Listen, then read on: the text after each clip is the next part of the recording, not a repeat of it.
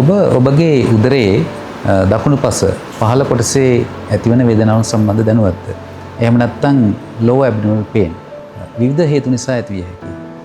appendix, ඩිම්බකෝෂවල ප්‍රශ්න, මුත්‍රා ගල් ඇතිවීම, බඩවැලේ පළවෙනි කොටස වන සීකම් ප්‍රදේශයේ ඇතිවෙන ප්‍රශ්න නිසා දකුණු පස වේදනාවක් ඇති විය හැකිය. මෙහිදී ඊටාම වැදගත් වන්නේ ඔබට කුමන රෝගී තත්ත්වයක් ඇද්දයි පරීක්ෂා කර ගැනීමයි. ඊටාම ඉක්මනින් ඇතිවන වේදනාවන් ගැන කතා කරොත් එක දවසක් ඇතුළත එහෙම නැත්නම් දවස් දෙකක් ඇතුළත ඇතිවන දැඩි වේදනාවක් තිබෙන්න පුළුවන්. ඒ වගේ අවස්ථාවක ඔබගේ උණ්ඩුක කුච්චේ ආසාදනයක් ඇති වෙලා තියෙනවද කියලා බලා ගන්න එක. එහෙම නැත්නම් මුත්‍රා ගලක්, විස බීජයක් ඇති වෙලා තියෙනවද කියලා දැනගන්න එක. ඩිම්බකෝෂයේ ප්‍රශ්න මේ විදිහටම ඔබට දැනෙන්න පුළුවන්. ඒ සඳහා පරීක්ෂණයකට යොමු වීම තමයි ඊටාම වැදගත් වන්නේ.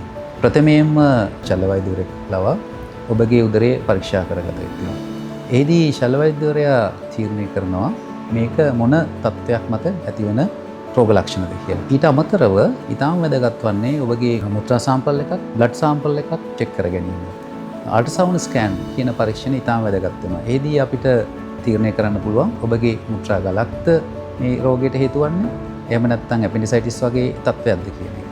දිගින් දිගටම වේදනානාශක හෝ ඇන්ටිබයොටික්ස් ලබාගෙන රෝගය යටපත් වන තුරු ඔබ බලාගෙන සිටියොත් ඇතිවන ප්‍රශ්නය වන්නේ ඔබ සංකූලතා ඇතිව වෛද්‍යවරයෙක් වෙතට පැමිණීම.